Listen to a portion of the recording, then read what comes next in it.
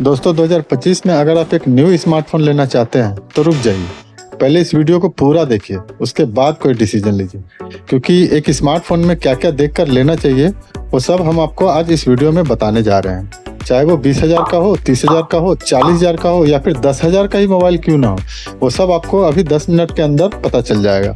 इस वीडियो को देखने के बाद आप अपने लिए या फिर किसी और के लिए भी एक perfect value for money smartphone buy कर सकते हैं।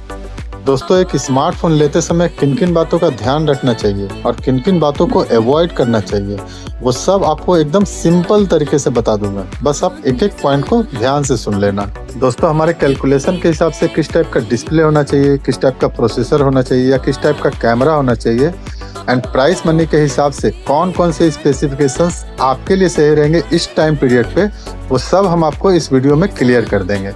और फ्रेंड्स, अगर आपको ये वीडियो पसंद आता है या फिर आपको लगता है कि ये वीडियो आपके थोड़ा भी कुछ भी काम आ सकता है तो वीडियो को एक लाइक दे दीजिएगा और चैनल को भी सब्सक्राइब कर लीजिएगा, ताकि ऐसे ही यूजफुल वीडियो आपको हमेशा मिलते रहें। और ये वीडियो आप अपने दोस्तों और रिश्तेदारों से भी शेयर कर सकते हैं जिनको न्यू मोबाइल लेना है, ताकि उनके ही पैसे वेस्ट ना हो और वो भी एक परफेक्ट मोबाइल खरीद सके। चलिए, तो सबसे पहले आता है कि 10,000 की प्राइस मनी के हिसाब से कैसे फोन सेलेक्ट करें और किन किन बातों का ध्यान रखें। तो सबसे पहले आपको चेक करना है उसका नेटवर्क। जी हाँ दोस्तों, अगर आप 10,000 का फ़ोन बाय कर रहे हो तो सबसे पहले आप ये चेक करो कि उसका नेटवर्क जो है वो 5G है या 4G है, क्योंकि 4G 2023-24 तक ठीक था, बट अब 2025 आ चुका है तो 5G फ़ोन ही मस्ट है। अगर वो 4G है तो उसे ना ही खरीदें तो ज़्यादा अच्छा है। अब नेक्स्ट आपको चेक करना है उसका डिस्प्ले। तो उसमें आपको 2-3 बातों का ध्यान रखना है कि उसका रिफ्रेश रेट क्या है, उसका रिजोल्यूशन कौन सा है और डिस्प्ले का डिज़ाइन कौन सा है। 10,000 के मोबाइल फ़ोन में अगर आपको 90 हर्ट्ज का रिफ्रेश रेट मिल रहा है तो बहुत बेटर है, 60 हर्ट्ज है तो अवॉइड करें। और इसके रिजोल्यूशन की बात करें तो इसमें HD+ आएगा और फुल HD+ आएगा, दोनों ही बेटर है, बट अगर फुल HD+ है तो बहुत अच्छा है। डिस्प्ले के डिजाइन में दोस्तों पहले वाटर ड्रॉप आते थे और अभी पंच होल आने लगे हैं, जो ऊपर का इसका कैमरा होता है। तो अगर पंच होल है तो बहुत बेटर है, वाटर ड्रॉप थोड़ा पुराना हो चुका है। तो अगर आप 10,000 का मोबाइल परचेस करना चाहते हैं तो नॉइज और रिजोल्यूशन तो एक्सेप्टेबल है, बट आप उसका रिफ्रेश रेट जरूर चेक कर लेना कि 90 हर्ट्ज है या नहीं। कैमरा की बात करें तो कम से कम 50 मेगापिक्सल प्लस डुअल कैमरा तो होना ही चाहिए, और अगर अल्ट्रा वाइड है तो फिर और अच्छी बात है। वैसे दोस्तों 10,000 के रेंज में आपको एक डिसेंट सा कैमरा ही मिलेगा फ़ोन में। और अब बात करते हैं फ़ोन के मेन पार्ट की, जो पूरे फ़ोन को कंट्रोल करता है, तो वो है प्रोसेसर। तो कुछ ऐसे प्रोसेसर्स हैं जैसे स्नैपड्रैगन 4S Gen 2, 4 Gen 2 या मीडियाटेक डायमेंसिटी X800+। तो इनमें से कोई सा भी हो तो आप प्रेफर कर सकते हैं। और एंटूटू स्कोर जो इसका है वो मिनिमम कम से कम 4 लाख के आसपास का हो तो और अच्छी बात है। रैम और स्टोरेज का भी कॉम्बिनेशन चेक कर लीजिएगा, अंडर 10,000 कम से कम 4 GB रैम और 128 GB का स्टोरेज होना ही चाहिए। 64 GB है तो पूरी तरह से अवॉइड करें, क्योंकि ये कब भर जाएगा आपको पता भी नहीं चलेगा। बैटरी कम से कम 5000 mAh की होनी चाहिए और मिनिमम 18 वाट का चार्जर होना चाहिए। एंड्रॉयड वर्जन 14 हो तो भी चलेगा, बट 15 हो तो बेस्ट है। और 2 साल का दोस्तों मेजर अपडेट इसमें मिले तो बहुत अच्छी बात है। तो भाइयों, जो भी बातें मैंने बताई है उसे ध्यान में रखकर अगर आप 10,000 के अंदर का फ़ोन बाय करते हो तो आप बिल्कुल भी निराश नहीं होंगे और आप उसे लंबे टाइम तक यूज कर सकते हो। चलिए, अब बात करते हैं नेक्स्ट कैटेगरी की या फिर रेंज की। तो ये बहुत ही इम्पोर्टेंट कैटेगरी है, क्योंकि लोग सबसे ज़्यादा इसी कैटेगरी में फ़ोन बाय करते हैं, और ये है दोस्तों 15 से 20,000 के रेंज की। तो 15 से 20,000 के रेंज में भी आप एक परफेक्ट फ़ोन कैसे बाय कर सकते हो वो हम आपको बताते हैं। तो उस कैटेगरी में सबसे पहले आपको चेक करना है उसका डिस्प्ले, क्योंकि डिस्प्ले बेस्ट है तो सब बेस्ट है। उसमें आप कुछ भी देखोगे तो उसका एक्सपीरियंस काफ़ी बढ़िया होगा। तो दोस्तों, डिस्प्ले जो है एमोलेड होना चाहिए प्लस 120 हर्ट्ज का रिफ्रेश रेट होना चाहिए। 15,000 के बजट में अगर IPS डिस्प्ले के साथ 120 हर्ट्ज का रिफ्रेश रेट भी है तो चलेगा, लेकिन 20,000 के बजट में अगर आपको एमोलेड डिस्प्ले प्लस 120 हर्ट्ज का रिफ्रेश रेट नहीं मिल रहा है तो दोस्तों ये बिल्कुल भी नहीं चलेगा। इस कैटेगरी में नेक्स्ट आपको चेक करना है इसका कैमरा। तो 20,000 के अंदर OIS तो होना ही चाहिए, OIS मस्ट है। और अगर OIS के साथ अगर आपको सोनी का सेंसर मिल रहा है और आपकी प्रायोरिटी कैमरा फ़ोन है तो आप उस फ़ोन को परचेस कर सकते हो। 15,000 के रेंज में अगर आपको OIS कैमरा मिल रहा है तो उस फ़ोन को भी आप परचेस कर सकते हो, उसका भी कैमरा बेस्ट रहेगा। नेक्स्ट आपको चेक करना है उसका परफॉर्मेंस या प्रोसेसर। तो उसमें ज़्यादा अंदर घुसने की ज़रूरत नहीं है दोस्तों। उसमें सबसे पहले आपको चेक करना है उसका AnTuTu स्कोर या फिर बेंचमार्क स्कोर।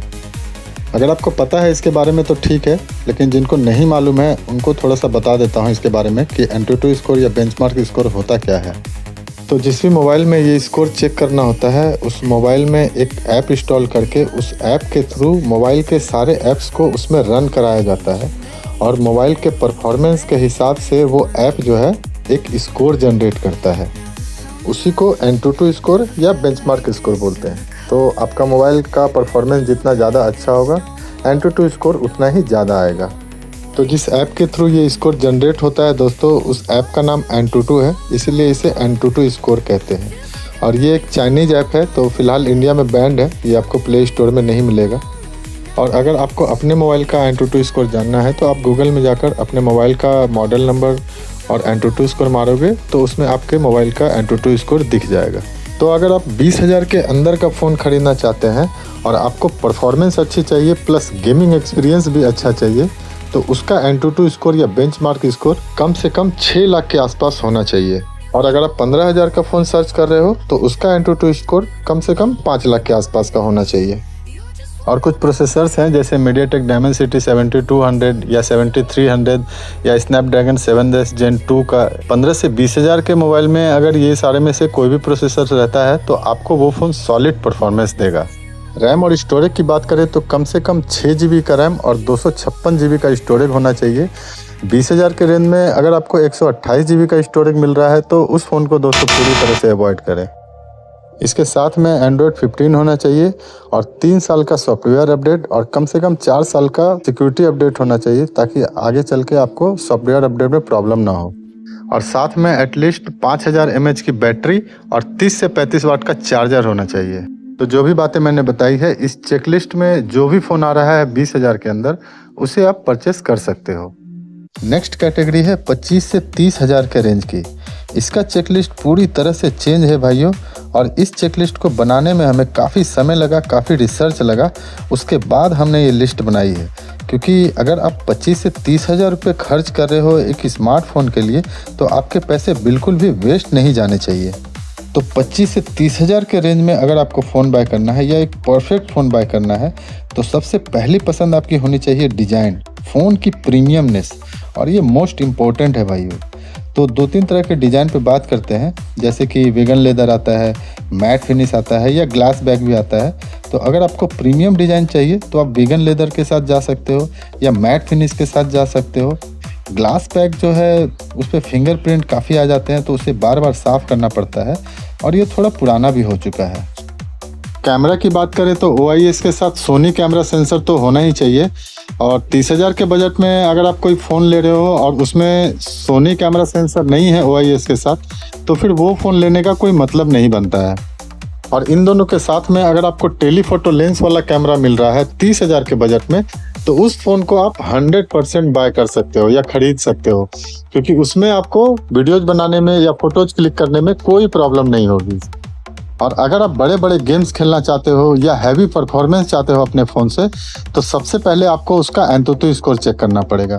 तो दोस्तों 25 से 30,000 के बीच में अगर आप फ़ोन खरीदना चाहते हो तो उसका AnTuTu स्कोर 9 से 10 लाख के आसपास होना चाहिए। और अगर आप 25 से नीचे का फ़ोन खरीदना चाहते हो, मतलब 25,000 से नीचे का फ़ोन खरीदना चाहते हैं, तो उसका AnTuTu स्कोर 7 से 8 लाख के आसपास होना चाहिए। 8 GB रैम प्लस 256 GB का स्टोरेज चाहिए अगर आप 30,000 के रेंज में फ़ोन देख रहे हो तो। और अगर आप 25,000 के नीचे देख रहे हो तो उसमें 6 GB रैम भी चलेगा।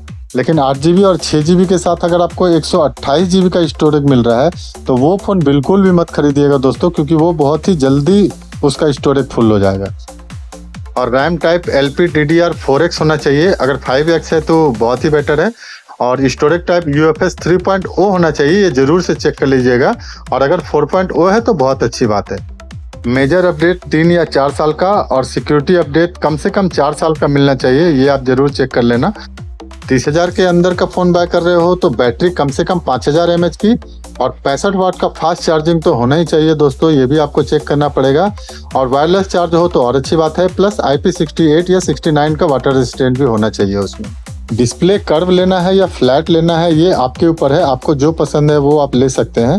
वैसे कर्व डिस्प्ले अभी ज़्यादा प्रीमियम लगता है अगर किसी दूसरे के हाथ में देखते हो तो, और अभी तो माइक्रो कर्व भी आ गए हैं, तो आपको जो पसंद है वो आप ले सकते हो, किसी में कोई प्रॉब्लम नहीं है।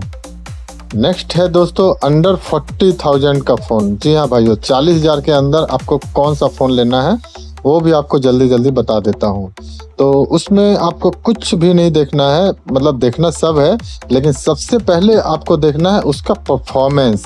हाँ भाइयों, सबसे पहले उसका परफॉर्मेंस आप चेक करो, मतलब एंतुतु स्कोर उसका चेक करो।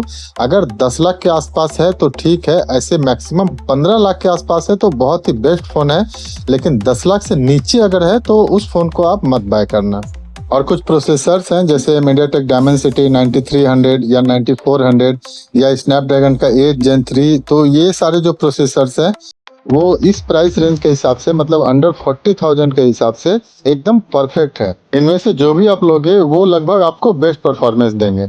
और कम से कम 8 GB का रैम और 256 GB का स्टोरेज मिनिमम होना चाहिए, ये आप चेक कर लीजिएगा। रैम टाइप UFS 4.0 होना चाहिए, ये आप जरूर से चेक कर लीजिएगा। अगर 5.0 है तो और अच्छी बात है। और स्टोरेज टाइप LPDDR5X होना चाहिए, अगर 4X है तो इस प्राइस रेंज के हिसाब से सही नहीं है। One more thing is important, और वो है इसका डिजाइन। तो डिजाइन भी भाइयों एकदम जबरदस्त होना चाहिए, जो फील में, लुक में आपको एकदम प्रीमियम लगे। फ्रेम में चारों तरफ मेटल हो तो और अच्छा है, और बैक पैनल पे ग्लास बैक हो या मैट फिनिश हो या लेदर फिनिश हो, जो भी आपको पसंद हो वो आप ले सकते हैं, जो आपको एकदम प्रीमियम फील एंड लुक दे। कैमरा की बात करें गाइस तो OIS plus Sony sensor plus telephoto lens, ये तो बिल्कुल मस्ट है, ये फ़ोन में होना ही चाहिए। अगर आप 40,000 पे कर रहे हो तो इनमें से कुछ भी अगर मिसिंग है तो बिल्कुल उस फ़ोन को अवॉइड कीजिए और आगे बढ़िए नेक्स्ट फ़ोन के लिए। इसके अलावा बैटरी जो है वो कम से कम 5500 mAh की होनी चाहिए, अगर 6000 mAh है तो और भी अच्छा है। और 90 to 100 वाट का फास्ट चार्जर होना चाहिए, ये आप जरूर से चेक कर लेना इस चेक लिस्ट में। साथ में 4 साल का OS अपडेट और 5 साल का सिक्योरिटी अपडेट होना चाहिए। IP68 69 सर्टिफाइड हो तो और भी अच्छा है, और ये तो आजकल 20,000 के फ़ोन में भी मिल जा रहा है। तो ये सारे चेकलिस्ट में आपको चेक करना ही पड़ेगा भाइयों, अगर आपको एक अच्छा फ़ोन लेना है तो 40,000 के अंदर में। तो भाई मोबाइल कंपनीज के फालतू बहकावे में बिल्कुल ना आए कि हम ये दे रहे हैं, हम वो दे रहे हैं, मेरा पिक ब्राइटनेस इतना है, कैमरा इतना मेगापिक्सल का है, या बैटरी इतने हज़ार की है, या इसे कहीं से भी फेंक दो टूटेगा नहीं। तो ये सब बहकावे में ना आए। अगर आपको ब्राइटनेस चेक करना है तो उसका टिपिकल ब्राइटनेस चेक कीजिएगा, ना कि पिक ब्राइटनेस। टिपिकल ब्राइटनेस 2000 के आसपास भी होगा तो बहुत है। और कैमरा और बैटरी के बारे में हमने बता ही दिया है। तो हमने जो चेक लिस्ट बनाई है उसको आप फॉलो कर लेना जब भी आपको एक परफेक्ट मोबाइल खरीदना होगा। तो भाइयों, इस वीडियो का लिंक जो है वो अपने दोस्तों और रिश्तेदारों से भी शेयर करें जिनको भी एक परफेक्ट फ़ोन खरीदना हो, ताकि उनके भी पैसे वेस्ट ना हो। तो फिलहाल इस वीडियो में इतना ही। Bye bye, take care and stay safe.